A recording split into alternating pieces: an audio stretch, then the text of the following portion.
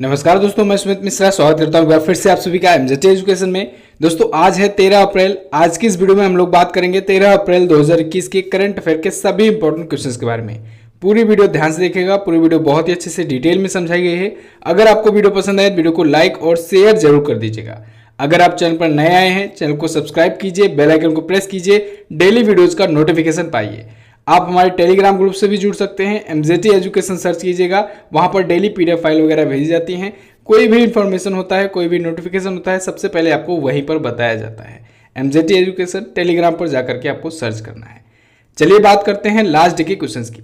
Last day का हमारा पहला क्वेश्चन था, निम्न में से किस देश की मुद्रा रुपया नहीं है? तो दोस्तों कंबोडिया की करेंसी रुपया नहीं होती है। बाकी मालदीव, सेशेल्स, मॉरिशस, पाकिस्तान, भारत, श्रीलंका, इनकी मुद्रा होती है रुपया। ठीक है, नेपाल की भी। भारत में नई शिक्षा नीति कितने वर्षों बाद लाई गई है? तो 34 वर्षों के बाद लाई गई है। दोनों ही क्वेश्चंस के बारे में काफी लोगों ने बहुत ही अच्छे से डिटेल में आंसर किया था। आप लोग ऐसे ही डिटेल में आंसर किया करो। और दोस्तों इसकी क्विज एमजेटी ऐप पर जाकर के जरूर सॉल्व कर लिया करो। क्विज सॉल्व करने के बाद उसका एक्सप्लेनेशन भी पढ़ लिया करो। डिटेल एक्सप्लेनेशन के साथ क्विज दी जाती है, तो क्विज सॉल्व कीजिए, इसके बाद सॉल्यूशन पर जाकर के सभी का रिविजन कर लिया कीजिए। चलिए बात करते हैं आज के दिन के पहले क्वेश्चन की। तो पहला क्वेश्चन है हमारा, किस देश ने नौरा अल मतरूसी को अपनी पहली महिला अंतरिक्ष यात्री घोषित किया? तो अभी हाल ही में दोस्तों संयुक्त अरब अमीरात ने, यूनाइटेड अरब अमीरात ने दोस्तों अपनी पहली महिला अंतरिक्ष यात्री घोषित किया है नौरा अल मतरूसी को। किसे? नौरा अल मतरूसी को। यूएई ने दोस्तों अभी 2 अंतरिक्ष यात्री की घोषणा की है अपने देश में, जिसमें से एक मेल है, एक फीमेल है। तो फीमेल नौरा अल मतरूसी हैं, जो कि वहां की पहली महिला बन गई हैं। इसके साथ ही जो मेल हैं उनका नाम है मोहम्मद अल मुल्ला। ठीक है, तो ये इनके ही समकक्ष हैं। यहाँ पर अभी बात करें तो दोस्तों ये नेशनल पेट्रोलियम कंस्ट्रक्शन कंपनी में इंजीनियर के रूप में काम कर रही हैं अल मतरूसी। ठीक है, अबू धाबी में। और मोहम्मद अल मुल्ला जो हैं ये दुबई पुलिस के साथ पायलट के रूप में काम कर रहे हैं। ठीक है, तो इन दोनों को अंतरिक्ष यात्री के रूप में अभी हाल ही में यूएई ने घोषणा की है। अगर बात करें यूएई में पहले अंतरिक्ष यात्री कौन थे, तो वो थे हाजा अल मंसूरी। कौन? हाजा अल मंसूरी। 2019 में वो पहले अंतरिक्ष यात्री बने थे, जब वो इंटरनेशनल स्पेस स्टेशन में गए हुए थे, एक वीक वहाँ पर गुजारे थे। अभी दोस्तों यूएई जो है ये अंतरिक्ष कार्यक्रम बहुत तेजी से कर रहा है। ठीक है, ये अंतरिक्ष कार्यक्रमों में भी बहुत तेजी से हिस्सा ले रहा है, ऐसा तो है ही। चलिए, इसने अभी हाल ही में होप मिशन किया था अपना। होप मिशन, होप नाम का मंगल मिशन था इसका। ठीक है, इसका मार्स मिशन था और मार्स मिशन करने वाला ये पहला इस्लामिक देश बन गया यूएई। इसको याद रखना आपको। इसने ऑर्बिटर लॉन्च किया था, ऑर्बिटर सक्सेसफुली मंगल ग्रह पर पहुंच गया है। ओके, यूएई के बारे में अभी कल भी एक क्वेश्चन आया था, जब मैंने आपको बताया था यूएई ने बराक परमाणु ऊर्जा संयंत्र का वाणिज्यिक परिचालन शुरू कर दिया है। यानी यूएई ने बराक न्यूक्लियर पावर प्लांट का अपना कॉमर्शियल संचालन, कॉमर्शियल ऑपरेशन शुरू कर दिया है। बात करें अगर यूएई की, यूनाइटेड अरब अमीरात की, तो मैप में देखिए ये रहा यूएई, यूनाइटेड अरब अमीरात, यहाँ पर। ठीक है, सऊदी अरब के पास में। यहाँ की राजधानी होती है दोस्तों अबू धाबी। यूएई दिरहम यहाँ की करेंसी है। फेडरल नेशनल काउंसिल यहाँ की संसद का नाम है। आईसीसी का हेडक्वार्टर दोस्तों दुबई में है। दुबई भी यूएई में है, यूएई का एक बड़ा नगर है। खलीफा बिन जायद अल नहयान जो है यहाँ के प्रेसिडेंट है। क्लियर? अगला देखते हैं। अगला क्वेश्चन है, वर्ल्ड यूनिवर्सिटीज की एकेडमी रैंकिंग, यानी academy ranking of world universities में शीर्ष स्थान पर कौन है? तो दोस्तों अभी हाल ही में academies ranking of world university जारी हुई है, जिसमें टॉप पर है हार्वर्ड यूनिवर्सिटी। कौन है? टॉप पर है हार्वर्ड यूनिवर्सिटी, सेकंड पर है स्टैनफोर्ड यूनिवर्सिटी, थर्ड पर है कैम्ब्रिज यूनिवर्सिटी। ठीक है, इसे जारी किसने किया है? संघाई रैंकिंग कंसल्टेंसी द्वारा ये रैंकिंग जारी की गई है, academic ranking of global universities 2020। अब देखिए इसमें टॉप 3 तो आप लोग जान लिए। भारत की क्या इसमें स्थिति है? भारत दोस्तों 500 से भी बाहर है। भारत के जो इंस्टीट्यूट हैं वो टॉप 500 के भी बाहर है। अगर इसके बाद भी हम लोग बात करें टॉप 3 इंडियन इंस्टीट्यूट कौन कौन से हैं, तो उसमें है Indian institute of science Bengaluru top पर, सेकंड पर है दोस्तों आईआईटी मद्रास, थर्ड पर है कलकत्ता यूनिवर्सिटी। ओके, अभी कुछ दिन पहले दोस्तों क्यूएस वर्ल्ड यूनिवर्सिटीज रैंकिंग जारी की गई थी। क्या? QS world universities. इसमें टॉप पर कौन था? इसमें टॉप पर मैसाचुसेट्स यूनिवर्सिटी थी। कौन सा था? मैसाचुसेट्स यूनिवर्सिटी थी टॉप पर। वो कई सालों से लगातार बनी हुई है। चलिए अगला देखते हैं। हाल ही में किस राज्य के मुख्यमंत्री ने मास्क अभियान शुरू किया? तो अभी हाल ही में उड़ीसा राज्य के सीएम नवीन पटनायक जी ने मास्क अभियान शुरू किया है, मास्क कैंपेन शुरू किया है। क्यों शुरू किया गया है? तो दोस्तों मास्क कैंपेन शुरू किया गया है जिससे, क्योंकि अब दोबारा से कोरोना आ गया है, बहुत तेज़ी से फैल रहा है, तो इसके प्रति लोगों को अवेयर करने के लिए, जागरूक करने के लिए, लोगों को मास्क पहनने के लिए कहने के लिए ये अभियान शुरू किया गया है। तो ये 14 दिनों का अभियान होगा, 14 दिनों तक ये कैंपेन चलाया जाएगा, मास्क अभियान। ठीक है, तो एक प्रकार का ये अवेयरनेस प्रोग्राम है। उड़ीसा राज्य सरकार ने इसे शुरू किया है। उड़ीसा के बारे में हम लोग रिवीजन करेंगे। अभी दोस्तों उड़ीसा आया था, उड़ीसा की चिल्का झील आई थी चर्चे में, वहाँ पर डॉल्फिन मछलियों की संख्या हो गई है डबल, ये याद रखना आपको। इसके साथ ही उड़ीसा देख लीजिए मैप में, ये रहा उड़ीसा। भुवनेश्वर यहाँ की राजधानी है। अभी 1 अप्रैल को, इसी महीने में ही तो दोस्तों उड़ीसा स्थापना दिवस या उत्कल दिवस मनाया गया, तो 1 अप्रैल को मनाया जाता है, इसको याद रखना है, बहुत इंपॉर्टेंट है। नवीन पटनायक जी बीजू जनता दल पार्टी से यहाँ के हैं सीएम, लगातार 5 बार सीएम बने हुए हैं। गवर्नर हैं प्रोफेसर गणेशी लाल जी। नंदन कानन वन्यजीव अभ्यारण्य, सिमलीपाल अभ्यारण्य और चंदका हाथी विहार, ये तीनों है उड़ीसा में ही। सिमलीपाल अभ्यारण्य से क्वेश्चन पूछा जाएगा, क्यों? क्योंकि अभी यहाँ पर आग लग गई हुई थी। ठीक है, इस अभ्यारण्य में अभी आग लगी हुई थी, इस वजह से यहाँ पर ये चर्चे में रहा था। ठीक है, उड़ीसा देखिए कब ये स्थापित हुआ, तो दोस्तों ये बंगाल बिहार से 1936 में 1 अप्रैल को स्थापित हुआ था, अलग हुआ था, इस वजह से 1 अप्रैल को ही उत्कल दिवस मनाया जाता है। उड़ीसा अपना बॉर्डर आंध्र प्रदेश से शेयर करता है, छत्तीसगढ़ से शेयर करता है, झारखंड से और वेस्ट बंगाल से शेयर करता है।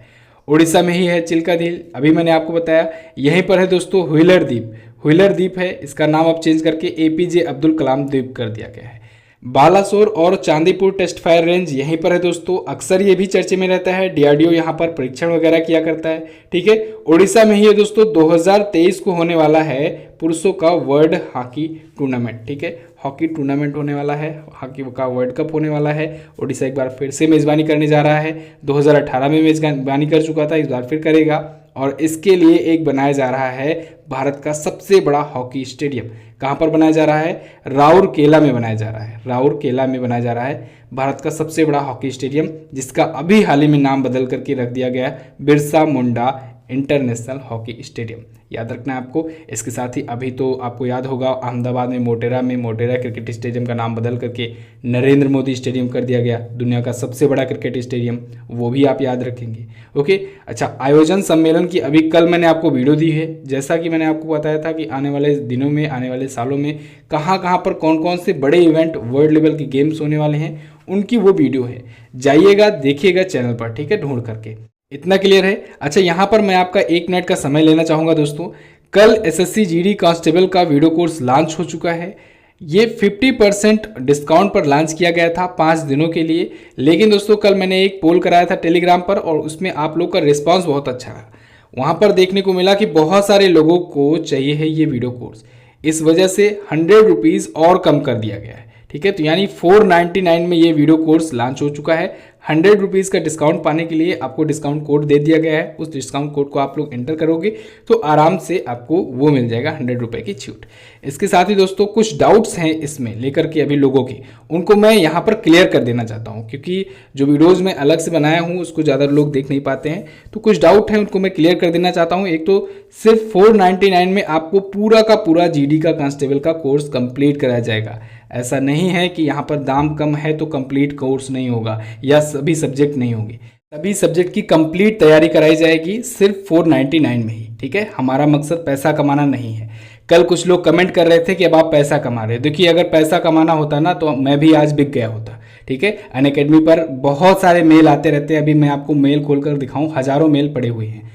उन लोग का मैनेजमेंट सिस्टम ऐसे ही वर्क ही करता है कि इतना मैसेज करेंगे, इतना मेल करेंगे, हर जगह पर करेंगे, परेशान हो जाओगे, कहीं न कहीं तो रिप्लाई देना पड़ेगा।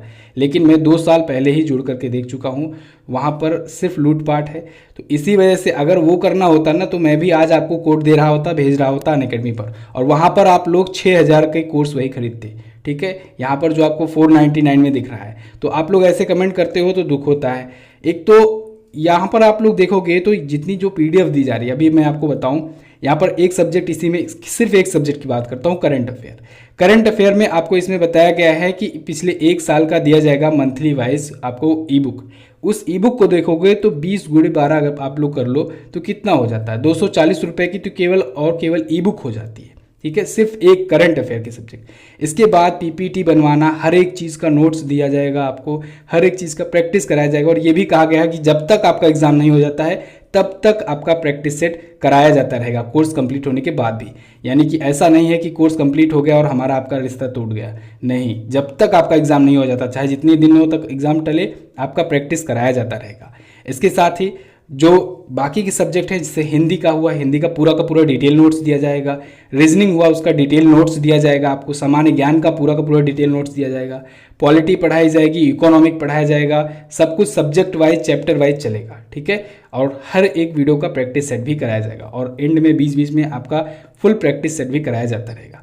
तो ये कुछ डाउट्स हैं लोगों के जो मन में ख्याल आते हैं। होता क्या है कि सामने अगर दिखा दो कि बड़ा ऑर्गेनाइजेशन है तो उसको लोग 1000, 2000, 5000 पे करने के लिए तैयार रहते हैं। लेकिन अगर उनको सामने लगता है कि कम सब्सक्राइबर हैं या छोटा ऑर्गेनाइजेशन है तो उन लोगों को लगेगा कि 499 भी दे रहे हैं तो फिर बहुत दे रहे हैं। यहाँ पर पैसा देखते हैं, यहाँ पर वैल्यू नहीं देखते हैं, यहाँ पर डेमो क्लास नहीं देखेंगे। डेमो वीडियो अपलोड हुई है, जाइए पहले उसको देखिए, क्वालिटी देखिए, कंटेंट देखिए, क्या क्या प्रोवाइड किया जा रहा है ये देखिए, कंपेयर कीजिए, उसके बाद डिसीजन लीजिए, ठीक है। आप लोग पढ़े लिखे हो, जागरूक हो, लोग बहकावे में मत आया कीजिए। आप लोगों को अगर बार बार एडवर्टाइजमेंट दिखाया जाता है तो आप लोग उसी तरफ भगते हो कि जहाँ एडवर्टाइजमेंट ज़्यादा हो रहा है, जहाँ पर फंडिंग ज़्यादा हुई है, मतलब वो ज़्यादा अच्छा कंटेंट देगा। ये आपकी भूल है। आप लोग डेमो क्लास देखो, मैं ये नहीं कह रहा हूँ कि मेरा ही कोर्स लो, आप लोग सब जगह देखो, डेमो क्लास हर जगह देखो, जो पसंद आए वहीं डिसाइड करो। और दूसरी बात कि ये इतना प्राइस भी क्यों रखा गया है, तो देखिए दोस्तों, ये सारे कंटेंट जो आपको प्रोवाइड कराए जाते हैं, ये मैं ऐसा नहीं है कि मैं खुद ही टाइप करूंगा या खुद ही सब कुछ बनाऊंगा उसके बाद आपको प्रोवाइड करूंगा। एक अकेले इंसान की बस की बात ये नहीं होती है, ओके। तो जो हमारे टीम मेंबर्स होते हैं ये उनका खर्च है, जिस ऑफिस में यहाँ पर सब लोग रह करके काम करते हैं उसका चार्ज है, बिजली का बिल, इलेक्ट्रिसिटी बिल, पूरा अगर सब कुछ जोड़ा जाए ना तो इसका पता नहीं कितना ज़्यादा गुना हो जाता है। तो वो सब चीज़ें आप लोग नहीं देखते हो, वो सब चीज़ों के बारे में आप लोग नहीं सोचते हो, बस सोचते हो कि बस ये 499 ही बहुत ज़्यादा हो रहा है। ये नहीं देख रहे हो 499 में पूरा का पूरा कंप्लीट कोर्स कराया जा रहा है। अभी यही 6000 दाम होता या फिर बाकी जगहों पर जैसे 1400-1500 रुपये का दाम है, वहाँ पर लोग पे कर देते हैं, लगता है उनको वो बड़ी ऑर्गेनाइजेशन है, वो ठीक ठाक है, ओके। तो यही कुछ लोगों के माइंड में जो ख्याल घूम रहे थे उसको मैं डाउट क्लियर करना चाहता था आज वीडियो में। तो वीडियो थोड़ा सा ये आपका ज़्यादा समय ले लिया, इसके लिए सॉरी। चलिए अगला क्वेश्चन देखते हैं। पंजाब सरकार ने किसे राज्य कोविड वैक्सीनेशन का एम्बेसडर बनाया? तो पंजाब सरकार ने अभी हाल ही में दोस्तों सोनू सूद को बनाया है कोविड वैक्सीनेशन का एम्बेसडर, राज्य का कोविड वैक्सीनेशन का एम्बेसडर। इनका काम ये होगा कि वहाँ पर कोविड वैक्सीनेशन को प्रमोट करें, ठीक है, लोगों को जागरूक करें कि लोग ज़्यादा से ज़्यादा जा करके कोविड वैक्सीन लगवाएं। कहाँ पर? पंजाब में, ठीक है। अब देखिए लॉकडाउन के दौरान इन्होंने जो भी काम किए, इतने अच्छे काम किए, इस वजह से इनको बहुत ज़्यादा मिल रहा है सम्मान। अब इसी के सम्मान के चलते इनसे रिलेटेड भी बहुत सारे क्वेश्चंस बने जो आपके एग्जाम में भी पूछे जाएंगे। जैसे सोनू सूद को अभी हाल ही में फोर्ब्स मैगजीन ने दोस्तों लीडरशिप अवार्ड दिया था, ये आपको ध्यान रखना है। इनकी पुस्तक आई एम नो मसीहा, ठीक है। ये ब्रांड एम्बेसडर बनाए गए स्माइस मनी के, ओयो होटल्स के, एसर इंडिया के, इन तीनों के ये ब्रांड एम्बेसडर हैं, ये आपको याद रखना है। अभी चुनाव आयोग ने दोस्तों सोनू सूद को पंजाब का स्टेट आइकॉन भी चुना है, ये भी आपको याद रखना है, बहुत ज़्यादा इंपॉर्टेंट है। क्लियर? अगला देखते हैं। हाल ही में मानव अंतरिक्ष उड़ान का अंतर्राष्ट्रीय दिवस कब मनाया गया? तो ये दिवस मनाया गया 12 अप्रैल को, international day of human space flight. प्रत्येक वर्ष 12 अप्रैल को मनाया जाता है। क्यों मनाया जाता है 12 अप्रैल को? क्योंकि 12 अप्रैल के ही दिन दोस्तों रूस के एक नागरिक थे यूरी गागरिन, इन्होंने अंतरिक्ष में पहली बार कदम रखा था, यानी ये अंतरिक्ष में उड़ान भरने वाले पहले व्यक्ति बने थे, सोवियत संघ रूस के थे, ओके। अब देखिए इसलिए ये दिवस मनाया जाना तो शुरू हुआ, कब से शुरू हुआ? 7 अप्रैल 2011 को इसकी घोषणा हुई यूनाइटेड नेशन की जनरल असेंबली के द्वारा, पहली बार 12 अप्रैल 2011 को मनाया गया। वैसे देखा जाए तो एक और कारण है इसके पीछे का, बताया जाता है कोलंबिया के पहले स्पेस शटल ATS-1 को भी इसी दिन लॉन्च किया गया था, तो इस दिन की भी याद में ये मनाया जाता है। क्लियर? अब दोस्तों ये अप्रैल मंथ का इंपॉर्टेंट डेज आया हुआ है। कल कुछ कम ही लोगों ने कमेंट करके अप्रैल मंथ का डेज का रिवीजन किया था कमेंट बॉक्स में। आज आप लोग लिखो डिटेल में, ठीक है, कौन कौन सा दिवस अभी तक मनाया गया, अभी मैंने आपका रिवीजन कराया हुआ था। चलिए अगला देखते हैं। सबसे बड़ा मुक्त व्यापार समझौता RCEP लागू करने वाला पहला देश कौन बना? तो वो बन गया है दोस्तों सिंगापुर। ये बहुत ही इंपॉर्टेंट क्वेश्चन है।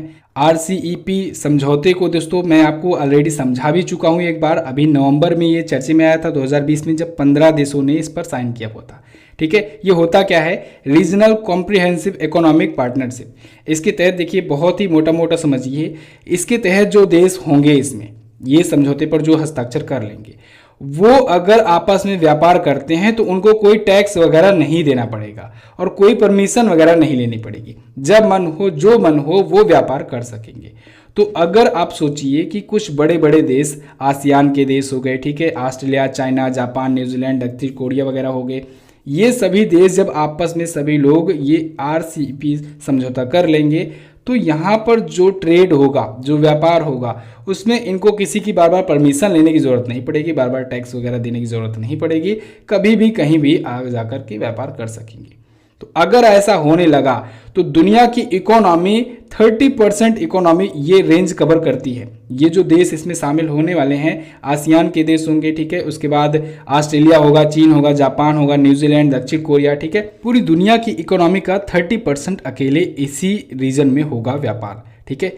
अब आपसे सबसे बड़ा सवाल, क्या भारत इसमें शामिल है? नहीं, भारत दोस्तों अभी नवंबर में ये बाहर हो गया था। वैसे शामिल तो हुआ था 2019, मतलब बात हो रही थी कि शामिल होगा 2019 से ही, जब चर्चा चल रही थी, लेकिन अभी ये नवंबर 2020 में ये बाहर हो गया। क्यों बाहर हुआ, इसके पीछे का रीज़न समझिए। देखिए, अगर ये व्यापार होने लगा तो जैसा कि मैंने बताया कि टैक्स नहीं लगेगा, कोई पाबंदी नहीं रहेगी, कोई परमिशन नहीं लेना होगा, जब जिसका मन होगा वहाँ से वो व्यापार कर सकता है। अब आप सोचो, अगर इंडिया में यहाँ एक तरफ तो मेड इन इंडिया चल रहा है, आत्मनिर्भर भारत चल रहा है, भारत में कुछ बड़े बड़े व्यापारी ऐसे होंगे जो भारत के किसानों से या भारत के लोगों से वो सामान न खरीद करके उनको सस्ता पड़ेगा चाइनीज़ माल मंगा लेने को, या फिर सिंगापुर से, वियतनाम से मंगा लेने को, तो वो लोग वहाँ चले जाएंगे, ठीक है। तो ऐसे में आत्मनिर्भर भारत कैसे हुआ फिर? तो भारत जो होगा, इंडिया जो है, वो इसमें शामिल नहीं होने का फैसला लिया है। कि ओवरऑल अगर देखेंगे तो इसमें चाइना वगैरह का ही फायदा होगा भाई, जो ज़्यादा प्रोडक्शन करता है उसी का फायदा होगा, वही कम दामों पर बेचेगा और उनके लिए तो और अच्छा हो जाएगा। और अगर हम लोग टैक्स वगैरह नहीं लेंगे, ना हमें टैक्स देना रहेगा ना हमें लेना रहेगा, तो हम लोग एक्सपोर्ट तो कम ही करते हैं, इम्पोर्ट ज़्यादा करते हैं। पता लगा जो हम लोग टैक्स वगैरह लेते हैं, जो वो लोग कंपनियां आती हैं यहाँ बेचने, तो थोड़ा बहुत टैक्स भी लेते हैं, वो भी मिल जाता है, वो भी नहीं मिलेगा फिर, ठीक है। तो ये कारण है, इस वजह से इंडिया शामिल नहीं हुआ। तो 15 देश इसमें शामिल हस्ताक्षर किए थे, लेकिन अभी जो सिंगापुर बना है ये इसमें शामिल होने वाला या पूरी तरीके से लागू करने वाला पहला देश बन गया है। क्लियर होना चाहिए बिल्कुल। अगला देखते हैं, विश्व में सबसे तेजी से टीकाकरण करने वाला देश कौन बना? तो बन गया है हमारा प्यारा भारत। दुनिया में सबसे तेजी से कोविड-19 का वैक्सीनेशन करने वाली कंट्री बन गई है। इंडिया ने चाइना और अमेरिका को पीछे कर दिया है। इंडिया 85 दिनों के रिकॉर्ड समय में दोस्तों 10 करोड़ से ज़्यादा यानी 100 मिलियन से ज़्यादा वैक्सीन लगा दिया है कोविड-19 का। अभी 16 जनवरी 2021 को दुनिया का सबसे बड़ा टीकाकरण अभियान भारत ने शुरू किया था। इसके बाद से 85 दिन हो चुके हैं, 85 दिन से ज़्यादा हो चुके हैं और 100 मिलियन से ज़्यादा को वैक्सीन लगाई जा चुकी है, ठीक है। तो अब पर डे के मामले में भी सबसे तेज़ी से आगे बढ़ रहा है, 50 से 60 लाख पर डे वैक्सीन लगाई जा रही हैं, ठीक है। तो इंडिया जो है पर डे के मामले में भी सबसे ज़्यादा चल रहा है कोविड-19 वैक्सीनेशन के मामले में। अगला देखते हैं, भारत के नए मुख्य चुनाव आयुक्त कौन बने? ये भी इंपॉर्टेंट क्वेश्चन है। नए चीफ इलेक्शन कमिश्नर दोस्तों घोषणा हो चुकी है, ये बनेंगे सुशील चंद्रा जी। सुशील चंद्रा जी आएंगे किसकी जगह पर? ये आएंगे सुनील अरोड़ा जी की जगह पर। सुनील अरोड़ा जी अभी 13 अप्रैल को रिटायरमेंट लिए हैं, यानी आज लेंगे और आज ही नियुक्त किए जाएंगे सुशील चंद्रा जी। यही आज पदभार ग्रहण करेंगे। कब तक रहेंगे? 13 अप्रैल 2021 से लेकर के 14 मई 2022 तक रहेंगे ये पद पर। भारत के नए चीफ इलेक्शन कमिश्नर होंगे। सुशील चंद्रा जी को दोस्तों 2019 में चुनाव आयुक्त नियुक्त किया गया था, इलेक्शन कमिश्नर नियुक्त किया गया था, अब ये चीफ इलेक्शन कमिश्नर बन गए हैं। अभी देखिए दोस्तों, जो भारत का चुनाव आयोग होता है इसके बारे में अनुच्छेद 324 में वर्णन किया गया है हमारे संविधान में, ठीक है। आर्टिकल 324 में वर्णन किया गया है। इसमें क्या कहा गया है? इसमें कहा गया है कि भारत का चुनाव आयोग जो होगा वो एक स्वायत्त संस्था होगी, उस पर किसी भी प्रकार का कोई भी सरकार का, किसी भी संस्था का कोई प्रेशर नहीं हो सकता है, वो एक स्वायत्त संस्था होगी। इसके साथ ही पहले क्या होता था? पहले दोस्तों 1993 के पहले केवल एक मुख्य चुनाव आयुक्त हुआ करते थे, लेकिन 1993 के बाद में 1993 के बाद में इसे 3 व्यक्तियों का यानी कि 2 और सहयोगी चुनाव आयुक्त भी इसमें शामिल कर दिए गए। तो एक होते हैं मुख्य चुनाव आयुक्त, 2 होते हैं उनके सहयोगी चुनाव आयुक्त। तो जैसे एक सहयोगी अभी तक थे सुशील चंद्रा जी, अब इनको प्रमोट करके चीफ इलेक्शन कमिश्नर बना दिया गया है। अच्छा, बाकी के जो 2 अभी तक थे उनमें से तो एक तो थे सुशील चंद्रा जी, दूसरे कौन थे? दूसरे राजीव कुमार जी थे। तो इनका भी नाम आपको याद रखना है। चलिए अगला देखते हैं। बाफ्टा अवार्ड्स 2021 में बेस्ट एक्ट्रेस का अवार्ड किसने जीता? तो बाफ्टा अवार्ड्स की घोषणा हो चुकी है। इसमें बेस्ट एक्ट्रेस का अवार्ड जीता है दोस्तों फ्रांसिस मैकडोरमांड को ने। किसने? फ्रांसिस मैकडोरमांड ने। बाफ्टा अवार्ड्स, बाफ्टा का मतलब होता है British academy of film and television arts award.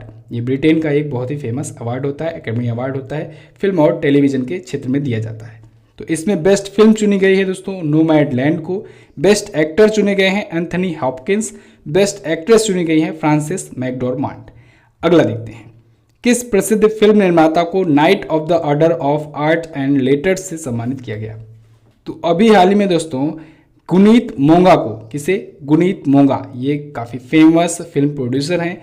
इनको night of the order of art and letters से सम्मानित किया गया है। ये जो अवार्ड होता है ये दोस्तों फ्रांस का दूसरा सबसे बड़ा नागरिक सम्मान होता है, night of the order of the arts and letters. इसके बारे में अगर बात करें कि कौन कौन से भारतीय अभी तक ये अवार्ड पा चुके हैं, तो इससे पहले दोस्तों शाहरुख खान, ऐश्वर्या राय बच्चन, अमिताभ बच्चन, नंदिता दास, पंडित हरिप्रसाद चौरसिया, अनुराग कश्यप, कल्की कोएचलिन और भी कई भारतीय जो हस्ती हैं, भारतीय सेलिब्रिटी हैं, ये अवार्ड ये ऑलरेडी पा चुके हैं। तो गुनीत मोंगा को अभी हाल ही में दिया गया है। क्लियर? तो बस दोस्तों ये तो थे हमारे आज के दिन के टॉप 10 करंट अफेयर के क्वेश्चंस। आई होप आपको वीडियो पसंद आई होगी, आप वीडियो लाइक कर दिए होगे, शेयर भी करोगे अपने दोस्तों के पास। और हाँ दोस्तों, कल अभी संविधान की भूमिका नाम से एक चैप्टर मैंने अपलोड किया हुआ है, वीडियो कोर्स में ही है, लेकिन वो अभी डेमो क्लास के तहत वो बिल्कुल फ्री है। तो सभी लोग उसको जा करके देख सकते हो। ऐप में जाओ और उसमें संविधान की भूमिका क्या क्या रही थी उसको जा करके पॉलिटी वाले सेक्शन में देख लो, ठीक है? क्योंकि वो पहला चैप्टर है। इसके बाद हम लोग प्रस्तावना पढ़ेंगे, फिर भाग 1 भाग 2 से करके कंटिन्यू करेंगे। तो आप लोग जा करके वो वीडियो देख लो। आपको जाना है MZT ऐप ओपन करना है, वीडियो कोर्स में जाना है, SSC GD के कोर्स में जाना है, फिर वहाँ पर पॉलिटी वाला जो सेक्शन है उसमें जाना है, ठीक है? उसमें जाने के बाद आपको मिल जाएगा वो डेमो कोर्स, डेमो वीडियो, उसको देखिए पूरा डिटेल में उसमें है, ठीक है? एक चैप्टर तो आपका तैयार हो ही जाएगा। जिनको कोर्स लेना है वो भी देख सकते हैं, जिनको नहीं लेना है वो भी जा करके फ्री में उसे देख सकते हैं। चलिए बात करते हैं क्वेश्चन ऑफ द डे की। स्वर्णिम चतुर्भुज परियोजना में निम्न में से कौन सा शहर शामिल नहीं है? अगला है गरुड़ताल झील कहाँ स्थित है? दोनों क्वेश्चन बहुत ही अच्छे हैं, दोनों के बारे में आप डिटेल में आंसर कर सकते हो। वीडियो अब आप देख लियो, जाओ जल्दी से इसकी क्विज भी सॉल्व कर लो। क्विज मिलेगी आपको MZT ऐप पर। गूगल प्ले स्टोर पर जाइए, MZT ऐप डाउनलोड कीजिए, यहीं पर आपको सब कुछ मिलने वाला है।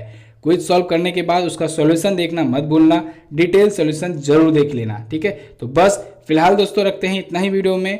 वीडियो को एंड तक देखने के लिए बहुत बहुत धन्यवाद। अगली वीडियो में मिलेंगे, तब तक के लिए नमस्कार, जय हिंद, वंदे मातरम।